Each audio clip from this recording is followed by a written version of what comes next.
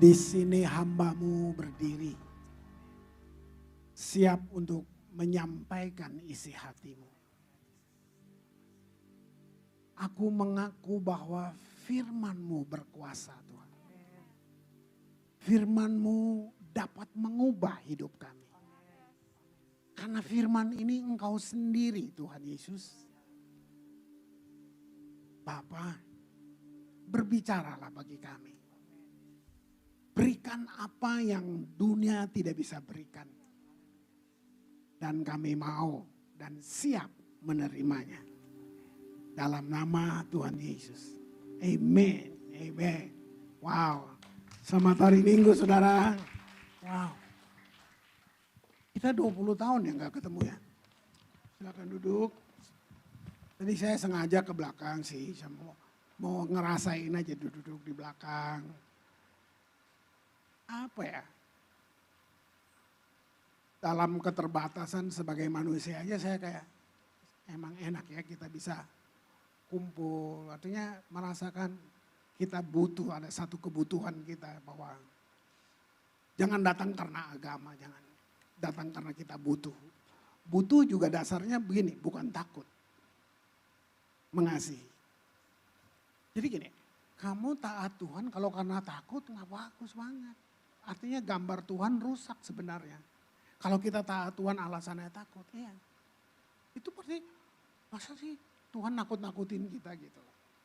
Apa dasarnya kamu taat dia, kamu mengasihi dia. Itu beda banget. Itu beda banget. Ya, wah.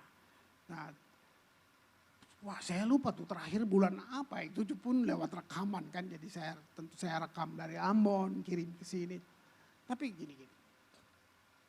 Hari ini yang kita mau buka, saya nggak menggurui, enggak. Saya berbagi sesuatu untuk kalian.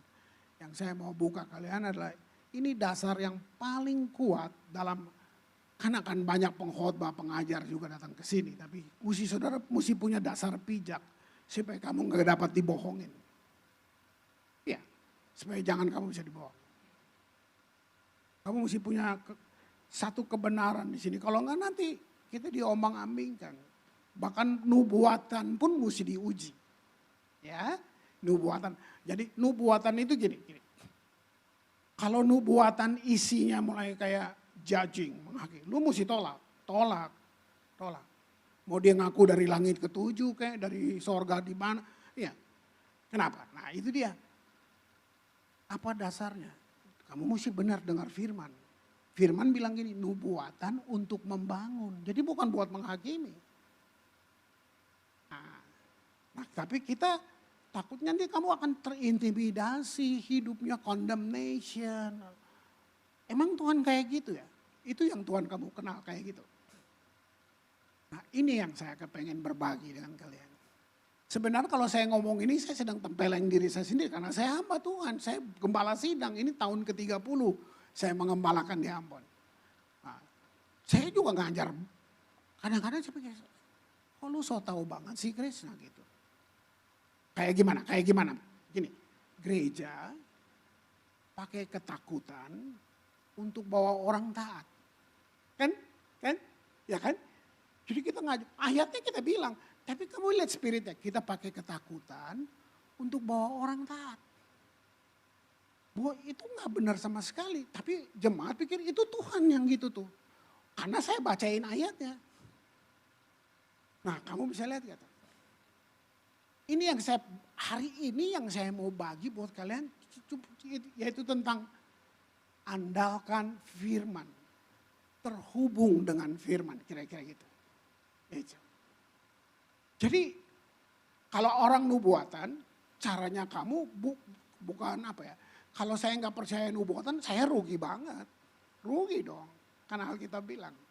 Tapi bukti kamu anak-anak, kekanak-kanakan atau kamu dewasa dari respon kamu.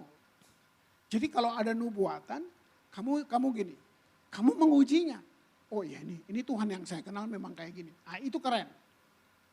Tapi kamu terima mentah-mentah nanti dulu. Maksudnya gini, loh Roh Kudus yang di kita kan sama. Nah Perbedaannya mungkin memang kita nggak mau bertumbuh. Kita cuma beragama aja. Nah, jadi saya dorong kita, yuk kita bertumbuh. Hari ini kalau saya boleh kasih satu kalimat kira-kira gini. Berjalan dalam firman. Sudahlah, ini yang paling benar. Paling benar tuh maksud gini. Firman dan roh itu dia nggak boleh dipisah. Kalau roh saja nggak pakai firman, itu sihir. Nah, kamu lihat kan, ini kita yang karismatik Pentakosta kan kebablasannya di sini kan. Ya, gitu. Coba kalau kata Tuhan, siapa mau lawan? Ayo, kalau dia bilang kata Tuhan, lu berani lawan? Nah, coba. Kan bayangin. Oke, Tuhan yang mana? Yang lu ngarang-ngarang sendiri, Tuhan yang mana? Gitu. Itu maksud saya, itu bukan kurang ajar, gitu. Ya. Jadi firman mesti connect dengan roh. Kalau cuman firman aja nggak ada roh, huruf mati. Tuh. Huruf mati. Jadi lihat kan. Jadi dia jangan dipisah-pisahin. Nah, coba.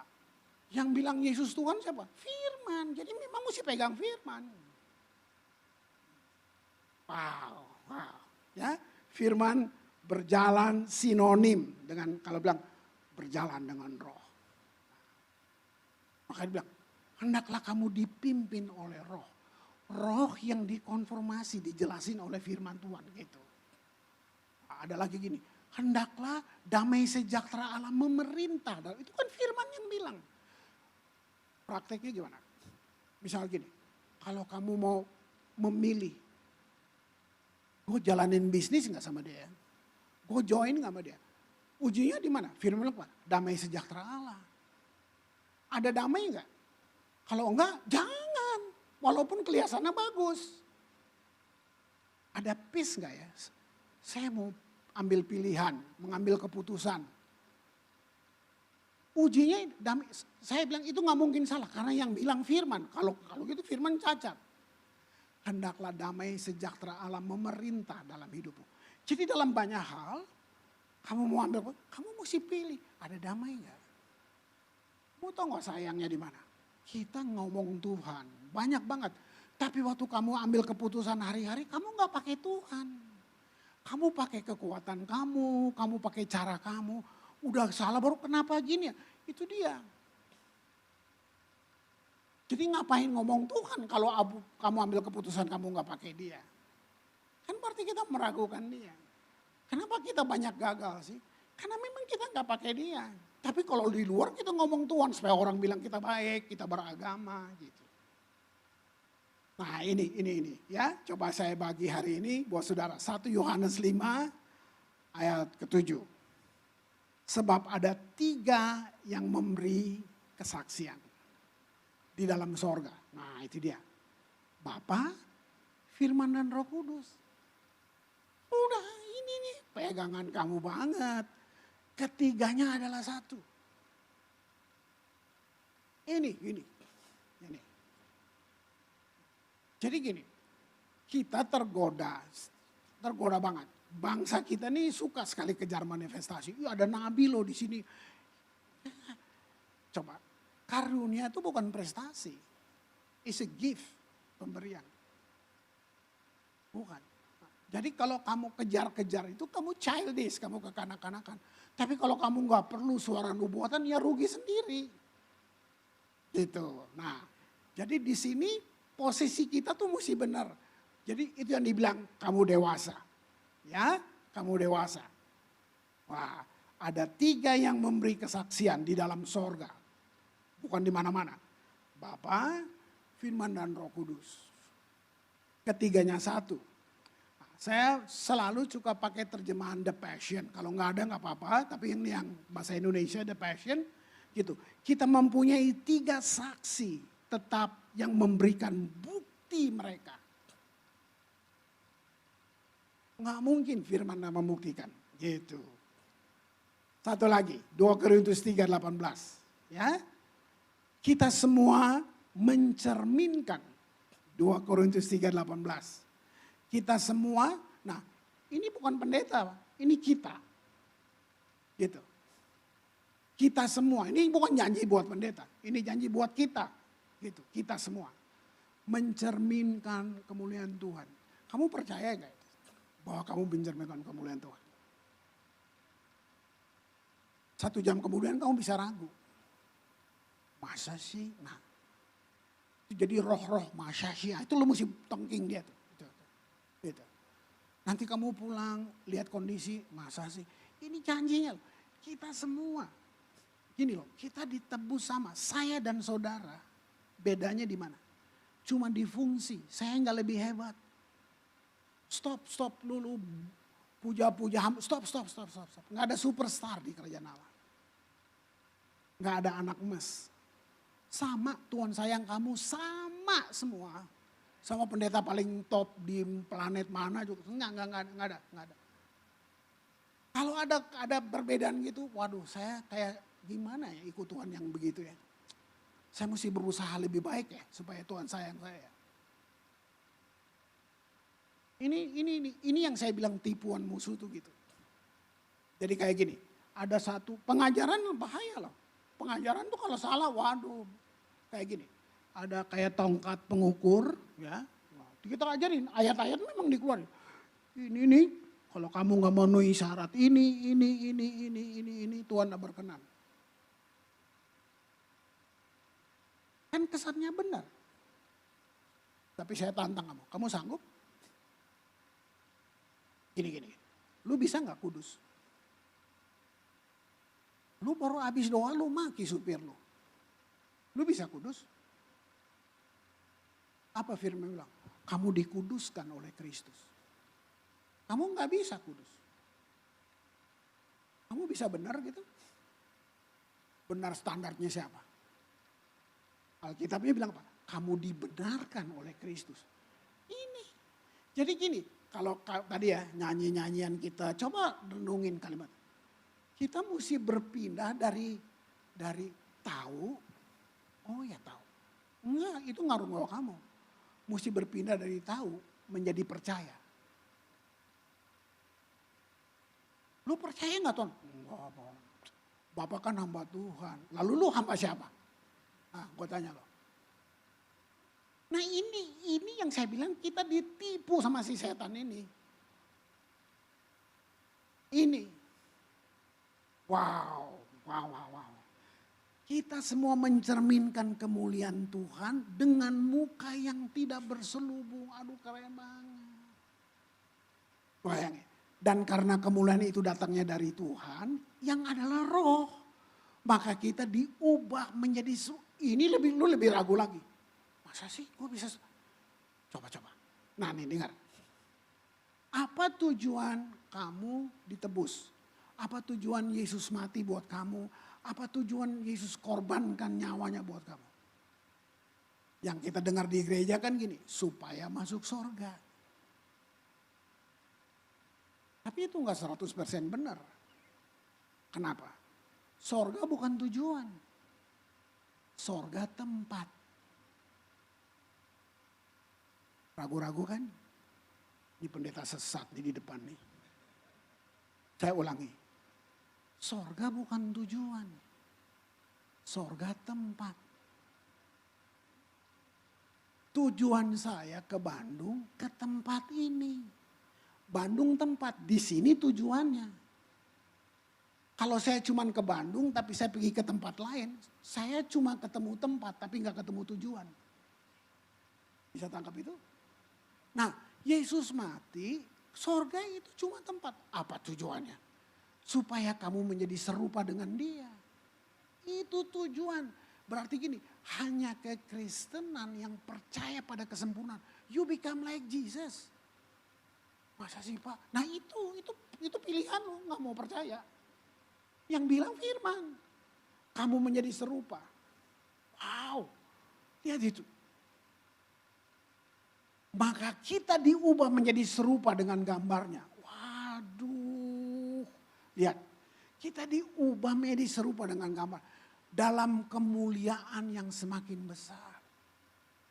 Kenapa enggak terjadi? Karena memang kamu cuma sampai ditahu. Kamu gak mau percaya. Waduh. Kalau ini ya jadi kenyataan banyak hal akan luar biasa. Oke, kita sebenarnya sedang hidup dalam krisis kan? Krisis tuh. Lalu apa bedanya kita sama orang lain? Itu dia yang saya mau nantang kamu. Kalau kamu dan saya nggak bisa berbeda, ya sudah nggak usah gereja-gerejaan lah, sama aja. Jadi kita tadi nyanyi, semua ritual agama toh. Gitu. Tadi Tuhan hadir loh Pak. Dari mana lo tahu? Merinding. Di kuburan juga merinding. Nah, coba lihat kita bermain-main di situ. Jadi nggak ada bukti gitu loh. Nih saya mau kasih tahu. Krisis justru mengekspos siapa kita sebagai orang percaya. Loh, kita ada di krisis yang sama. Tapi kalau kamu dengan ayat ini, buktinya dia mengekspos siapa kita. Oke, ada kisah perjanjian lama, nggak enak. Tapi bagus, dari sekolah minggu kita udah kenal banget. Yusuf. Lu dengar cerita Yusuf kan senang. Gua tantang, lu mau jadi Yusuf? Mau. Coba, baru cerita mimpi. Satu keluarga mau bunuh lu, mau lu. Nah. Dengar ceritanya kan seru. Cuma cerita, wih Tuhan kasih lihat loh. Langit aja turun, semua malaikat nyembah gua. Bayangin, lu cerita hal yang bagus, orang iri. Yang mau bunuh satu keluarga. Satu keluarga. Ide yang membunuhnya siapa? Dari siapa? Coba bayangin. Lewi. Nah, lu bayangin. Padahal itu nanti jadi imam tuh. Bunuh aja. Bayangin kalau adik kakak kamu kayak gitu semua. Yang selamatin siapa? Yehuda.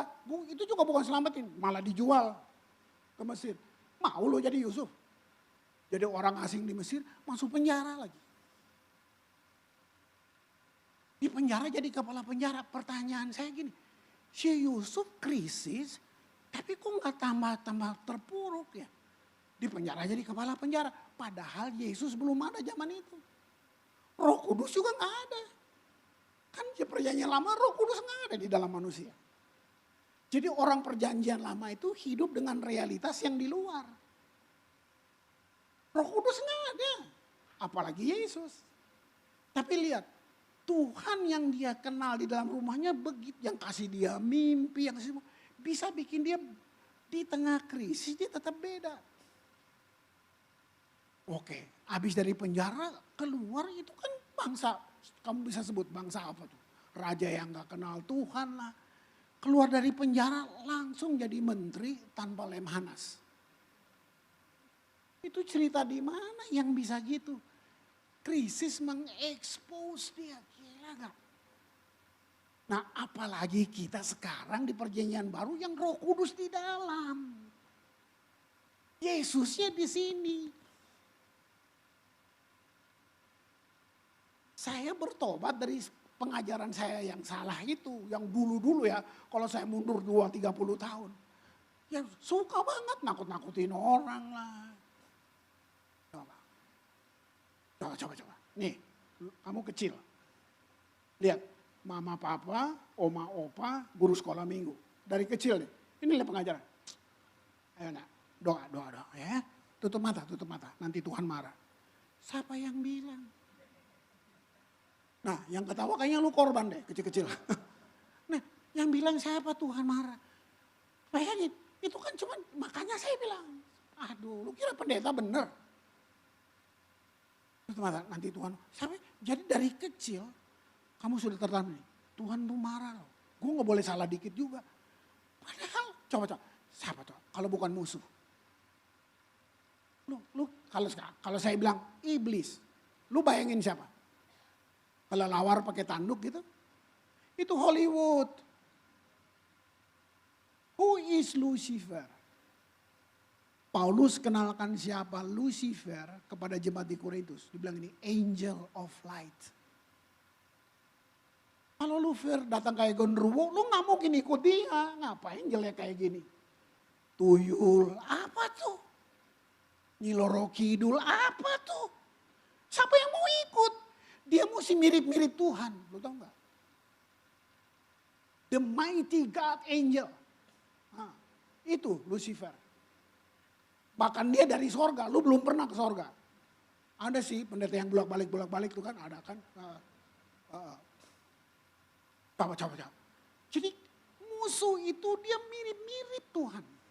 Makanya kita ketipu. Yesus saja dia coba pakai, Yesus yang adalah firman. Dia coba pakai firman, gimana lu yang jarang baca? Nah coba lihat. Wow. Jadi lihat, gara-gara mama aja tuh. Dari kecil, lu udah punya gambar. Tuhan tuh marah loh. Sama yang ini dia. Saya waktu ngerti ini, saya duduk kayak minta ampun aja Tuhan. Saya banyak banget ya salah ngajar ya. Ini saya mundur 10-15 tahun saya coba mundur itu. Ya kan? Nah, pengajaran tuh. Coba lu naik mobil. Kesenggol mobil. Langsung. Lu sih tadi pagi gak doa. Coba. Dari mana tuh pikiran sih? Lihat musuh. Nanti kamu gini, lu sih gak baca firman. Kemarin gak gereja. Waduh. Jadi lu mau punya Tuhan yang gitu? Yang tiap hari bawa rotan. Gak doa. Covid. Gak baca firman. Itu. Mungkin gak gitu. Tapi itu ada di kita. Musuh kayak gitu. Saya kena Covid. Gua perang nih. Habis gua ngomong ini firman. Baru habis ngomong firman. Pikiran lain masuk. Mana buktinya? Gila. Aduh. Gua ngucapin lagi firman. Masuk lagi. Tuh pendeta aja mati. Waduh tambah takut lagi. Coba lihat. Saya gak mikir. Datang sendiri. Kamu lihat. Lihat musuh loh. Nanti setan gak punya kuasa. Dia punya daya tipu. Yesus tuh mati, kunci jurang maut udah diambil. Kita sering dengar khotbah ini, tapi kita tetap goyang. Kita bikin setan penting dalam hidup ini. Coba lihat. Nah, jadi apa tujuan saya mengajar ini? Supaya lu bergaul sama firman. Pilih judul yang keren, Bible Everyday. Sadap ya, gitulah. Ya, wow. Satu-satunya cara kita bisa memandang kemuliaan Tuhan secara akurat cuma lewat cermin firman Allah.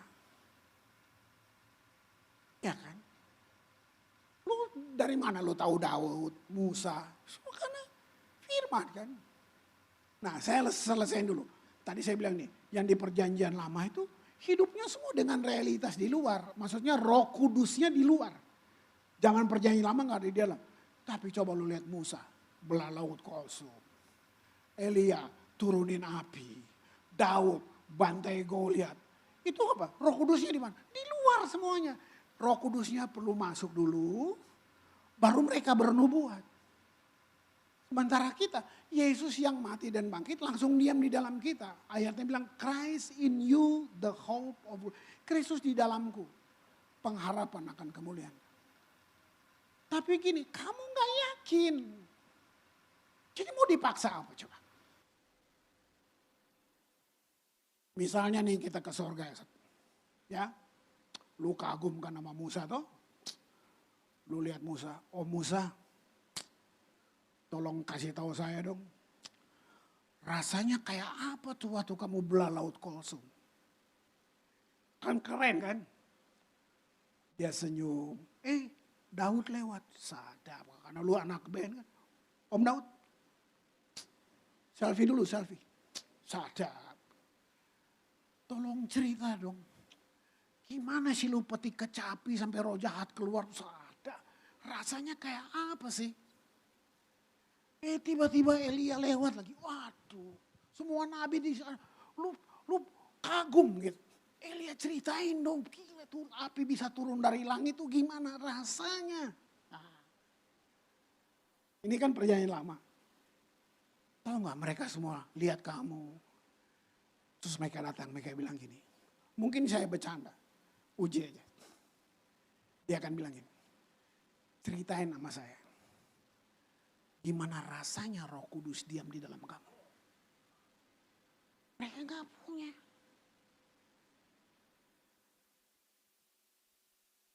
Jadi hari ini kita kemakan dengan tipuan-tipuan Lucifer itu yang bikin kita kayaknya dia nun jauh di sana, saya nggak layak, itu dia. Itu yang saya maksud. Sangat beralasan karena misalnya kita bikin salah, betul, sangat beralasan. Tapi apakah karena kamu bikin salah Tuhan tinggalin lo? Ini dia karena kalau kamu minta ampun, saya mau tanya, berapa lama pengampunan datang?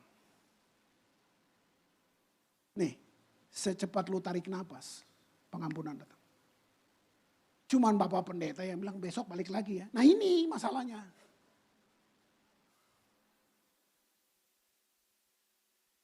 Halo, kalau kalian semua sebenarnya tenggelam mengerti ini. Tadi kita bisa tebongkar nih nyanyi kayak tadi. Benar ya? Karena kita kayak seperti Tuhan, ya dia sih ya, gua mah enggak. Ibu-ibu yang cuma nolong orang susah di luar, nggak masuk warta jemaat, nggak masuk TV, nggak ada bedanya sama pendeta paling top penginjilan KKR, nggak ada. Justru sekarang nih semua cari konten kok. Dengan lu yang cuma terima tamu, nggak ada. Kalau ada hierarki itu, gue mau ikut Tuhan mana lagi? Nggak ada bedanya. Wah. Yakobus 1 ayat 23. Sebab jika seorang hanya mendengar firman saja dan tidak melakukannya, ini dia. Ia tidak melakukan, ia adalah seorang yang sedang mengamat-amati mukanya yang sebenarnya di depan cermin. Tuh lihat itu. Terus, dia seperti itu. 24 sampai 25. Ya. Tapi baru saja ia memandang dirinya, ia sudah pergi atau ia segera lupa bagaimana rupanya. Ini yang bilang, lu dengar khotbah, amin, keluar lu lupa. Jadi tadi lu bilang amin apa tuh? Karena, oh gitu, amin. Tapi lu kenapa? Musuh tuh secepat itu. Gini, begitu lu percaya, musuh di dekat lu. Kenapa? Karena percaya kamu mengancam dia. Dia cepat-cepat masuk bikin lu ragu lagi. Nah kayak gitu.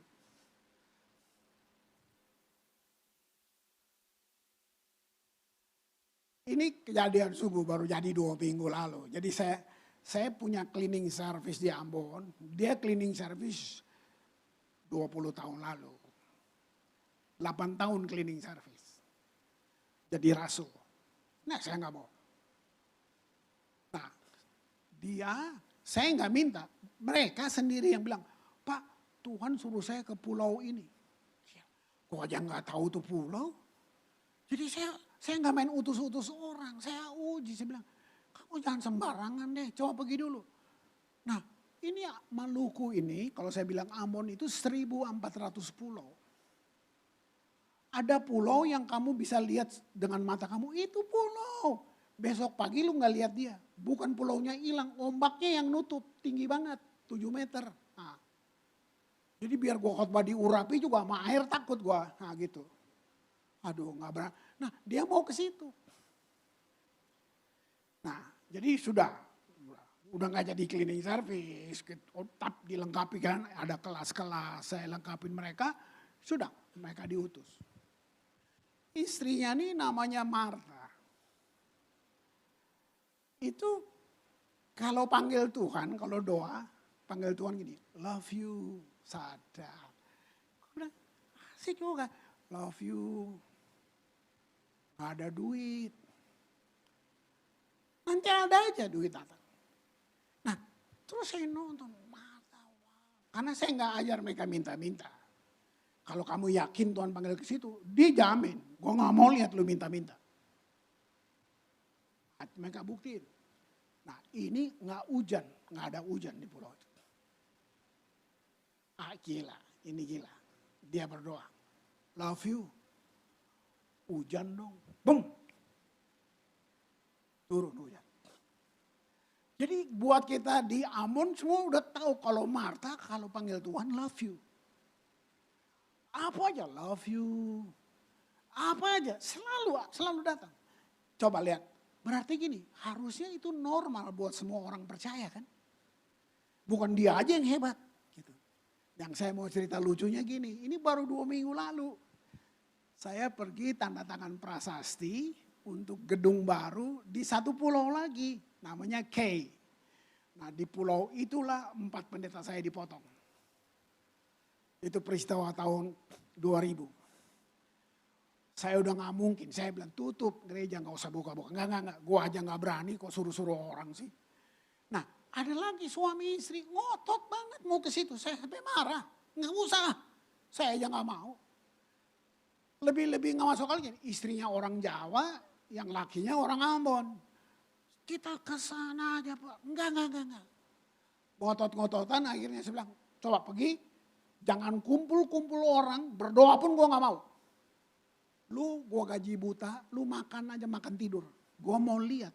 Karena Tuhan belum bilang buat saya. Dia pergi. Sebulan setengah.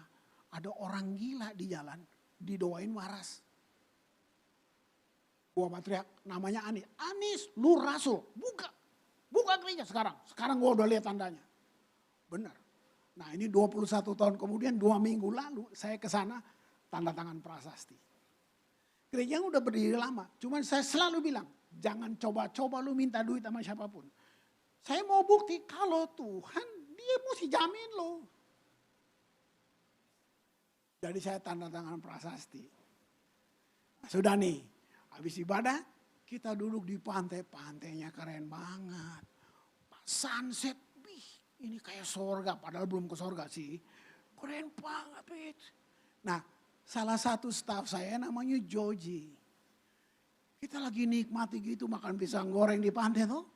Awan hitam tutup sunsetnya. Si Joji ini mau niru-niru Martha. Love you. Pindahin dong awannya. Awan gak pindah. Kita ketawa. Dia teriak. Love you. Pindahin tuh awan. Gak pindah sampai 3 kali. Terus saya lihat dia, Joji, love you kayaknya gak kenal lu deh. kita jadi kan, maksud saya gini, begitu akrabnya kamu sama Tuhan. Cara Tuhan dengan kamu gak sama dengan dia. Iya kan, kalau lu mau tiru hal, gimana dong? Ya kan, Tuhan sengaja ciptain kita berbeda. Beda kan, kalau bikin seragam. Nah, ini loh, coba, wah.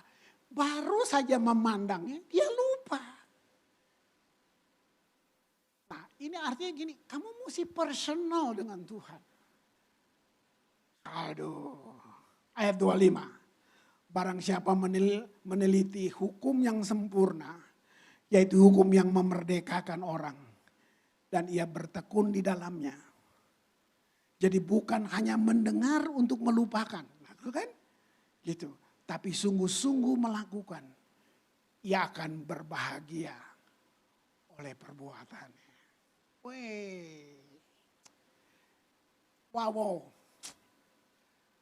Gini.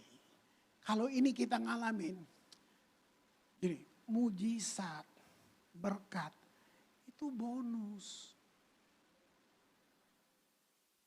Apa bonus? Bonus apa?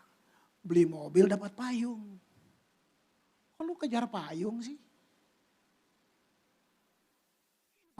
Begitu kamu ini personal pribadi, kamu akrab aja sama Tuhan. Ngobrol sama Tuhan seru. Berani gak mulai praktek? Sampai yang konyol-konyol, lu ngobrol sama Tuhan, jangan sama orang. Nanti dia cerita lagi ke orang lain. Ayo, coba. Lu ada persoalan, lu tanya 3 pendeta, jawabannya 3, tambah bingung gak lu? Padahal ada Tuhan yang paling sayang lu daripada siapapun yang bisa bilang. Tapi lu gak ngobrol sama dia. Lu ngobrol sama orang. Lu pikir dia lebih diurapi. Nah ini nih tipuan-tipuan tuh kayak gini. Nah ini cuman koreksi ya. Koreksi, saya gak mau sosok menggurui, gak mau. Kalau Kristus di dalam saya kira-kira saya perlu minta urapan? Nah ini cacat teologis. Itu karena kamu gak kenal. Kenapa? Loh, yang diurapi diam di sini. Kalau kamu minta berarti kamu gak kenal. Jadi berubahnya apa? Bersyukur untuk pengurapan bukan minta. Tapi kamu lihat agama, kita mau Tuhan urapi kami. Nah ini gak kenal. Dia udah di dalam saya. Yang diurapi diam di dalam saya. Saya bersyukur atas pengurapan, bukan minta. Oke, dalam penyembahan. Saya gak berusaha masuk ke hadiratnya. It's already in. Tapi karena orang yang kenal, mari saudara lebih dalam lagi. Ini apa nih? Dari mana teologi ini? Kristus di dalam kamu. Kamu ke toilet pipis, kamu in the presence of God. Dia di dalam sini. Nah yang gini-gini, ini yang saya bilang tipuan. Pengajaran-pengajaran. Jadi apa yang kita buat kalau penyembahan? Menyadarinya. Jadi kamu mesti tangkap momentum sebagai tim worship yang kita buat menangkap momentum. Apa yang saya mesti buat in the presence of God. Bukan berusaha masuk. It's already in. Beda sama perjanjian lama. Ini yang saya maksud. Wow.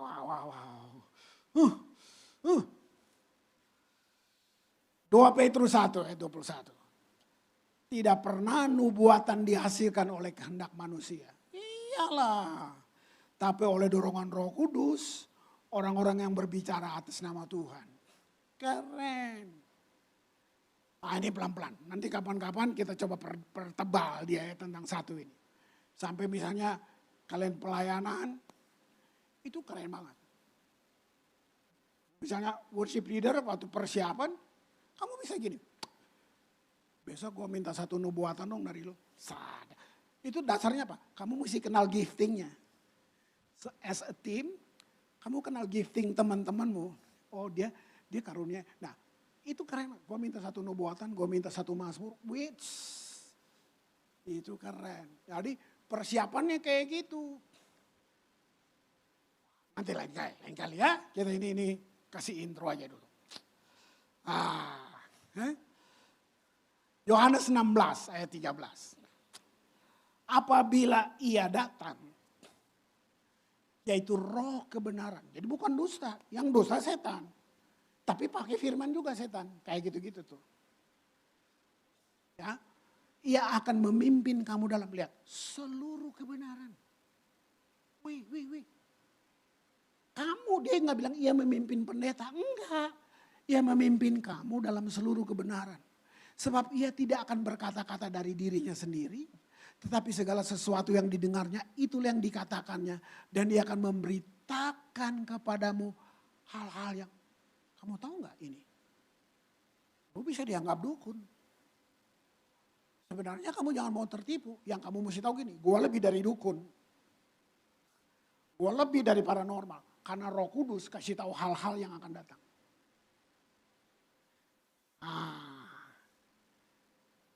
Bayangin kalau kamu dalam dunia bisnis, di dunia kerja. Nah, kamu kantor, padahal lu orang percaya. Firman bilang gini, baru masuk kantor. Aduh banyak banget tugas hari ini. Selesai enggak ya? Ya ampun. Coba lu baca firman ini. Begitu lu di kantor, semua kerjaan hari ini gua selesaiin. Roh Kudus di dalam gua. Pak, enggak ada. Bayangin kalau lu bernubuat di meja kerja lu.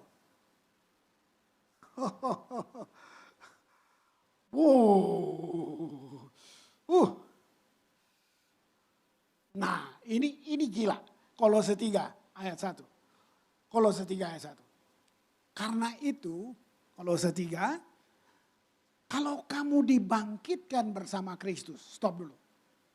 Kamu mau percaya enggak kamu dibangkitkan bersama dia? Kalau ini kamu masih ragu, ngapain gue baca terus yang lain? Carilah perkara yang di atas. Artinya gini, kamu yang dibangkitkan sama Kristus, dimensi kamu di atas yang dunia punya ini. Carilah perkara yang di atas, di mana Kristus ada duduk di sebelah kanan Allah. Mungkin ini menggoyangkan kamu. Kamu bisa percaya enggak? Kita, bukan Kristus saja bangkit, tapi kita juga dibangkitkan bersama dengan dia. Artinya saat kamu lagi duduk di kota Bandung ini, saat yang sama karena Kristus di dalam kamu bisa ada juga di dekat Allah. Goyang nih.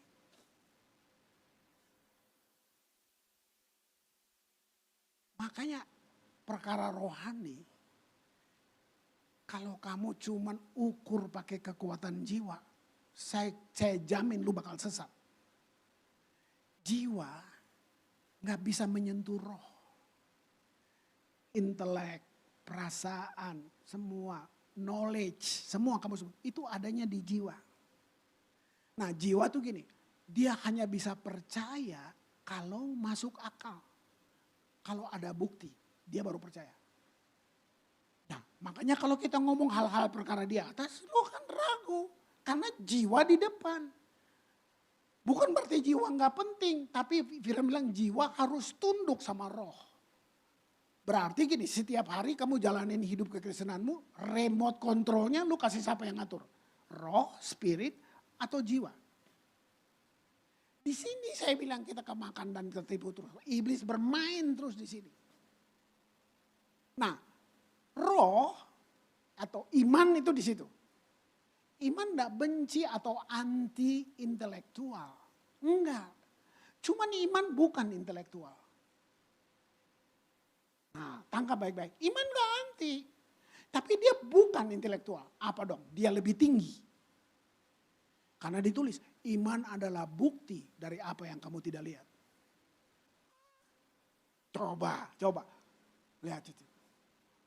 Bayangin, kamu hidup dalam dimensi yang enggak sama dengan orang yang enggak percaya. Memang enggak sama. Cuman kita jangan sok pamer, itu maksud saya. Gitu.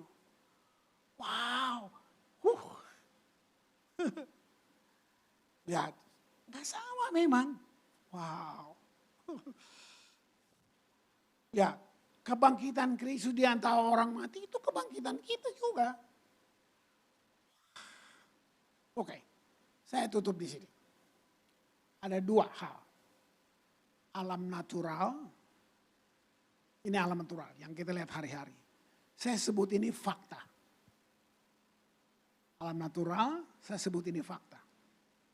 Oke? Nah yang satu lagi namanya kebenaran. Kebenaran itu terdiri dari yang saya sebut di atas tadi. Firman dan roh. Nah jadi kita berjalan tiap hari ada yang namanya fakta. Fakta tuh gini, kamu sakit. Fakta kok ada fakta medisnya. Ya kan? Apalagi, naik gaji. Fakta ada bukti. Untung, itu semua fakta. Rugi, mau mati, semua fakta. Kamu kumpulin deh daftar sebanyak-banyaknya. Ada dalam fakta. Tapi di sini namanya kebenaran. Itu firman dan roh yang kita kupas tadi dari atas.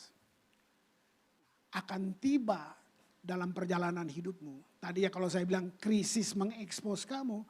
Dia mengekspos kamu jelek atau bagus. Ini dia. Nah artinya gini, fakta gak bisa rubah kebenaran. Gak bisa. Tapi kebenaran, firman dan roh bisa rubah fakta. Kamu hancur, remuk, kamu firman bisa rubah kamu. Kamu bangkrut, kamu sakit, firman bisa rubah. Bukan cuma rubah, firman bisa ciptakan fakta yang baru buat kamu. Emosi naik, sadar. Tangkap ini. Masih ada lagu, kamu mau pilih lagu apa? Lihat kebunku penuh dengan bunga gitu. Maksud saya, coba kalian pulang pikirin ini. Ada fakta tiap hari. Kamu cuma berhenti di situ aja. Ya sudahlah, memang nasib saya begini. Kamu tahu nggak? Nggak ada nasib buat kita. Nasib itu fatalisme. Nggak bisa diubah. Tapi ada kebenaran. Ada roh dan firman. Dia bilang apa? Mau nggak? Kamu mau join sama kebenaran atau kamu mau join sama fakta? Tiba-tiba saya ingat. Ini kesaksian awal tahun. Jadi saya punya jemaat biasa. Mereka kan belajar kan. kita ada kelas pertumbuhan, mereka belajar. Dia kerja 18 tahun. Dipecat. Bukan dipecat, perusahaannya bangkrut karena COVID. Karena pandemi ini. Jadi perusahaan bangkrut, jadi dia mesti keluar. Liciknya gini, dia mesti bikin surat permohonan supaya nggak dapat bonus. Gila gak? Dan nggak dapat pesangon. Kan kayak licik kan? Cuma nangis. Nangis, suami istri masih muda kayak kalian gini. Sudah. Nah, tapi karena pengajaran kita ngajar gini, mereka ke Tuhan. 18 tahun lo kerja. Tuhan, gimana dong saya mesti makan? Dari mana income saya? Idenya nggak heboh, enggak. Tiba-tiba dia nih, bikin kue, jualan. Nah dia sendiri nggak pernah bikin kue. Nah lihat. Jadi mesti buka-buka YouTube. Lihat. Mulailah jualan kue. Setahun beli mobil. Yang kalau mau bilang gini, tukang kue banyak. Banyak dong. Bedanya kue lu apa? Bedanya kue lu karismatik. Nah. Kalau Tuhan bilang, makanya kalau Tuhan bilang gini, jual pisang goreng. Tukang pisang goreng banyak. Bedanya apa sama lu? Pisang goreng lu karismatik. Itu fakta merubah kebenaran. Oke. Nah, sebelum kita berdoa. Dengar nyanyiannya, kalian yes setuju ikut nyanyi. Jadi nggak latah.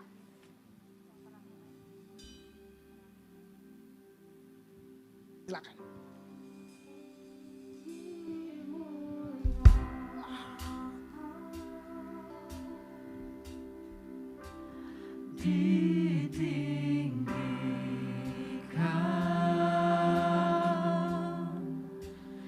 Yesus Tuhan,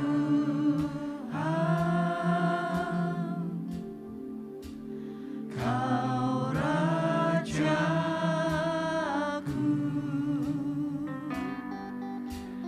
yang bertata,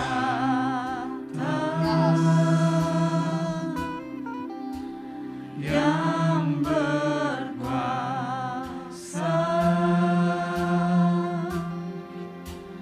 Yesus Tuhan, Kau Raja.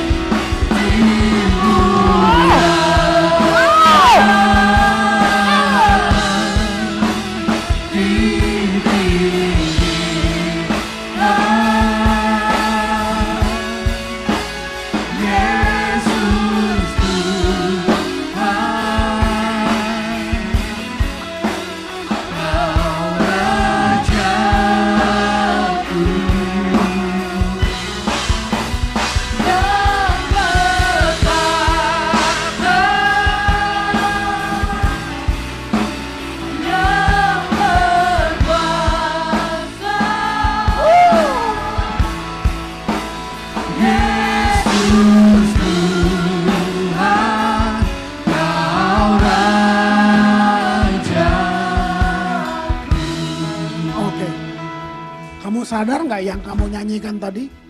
Kamu sedang deklarasikan di udara. Musuh lu dengar.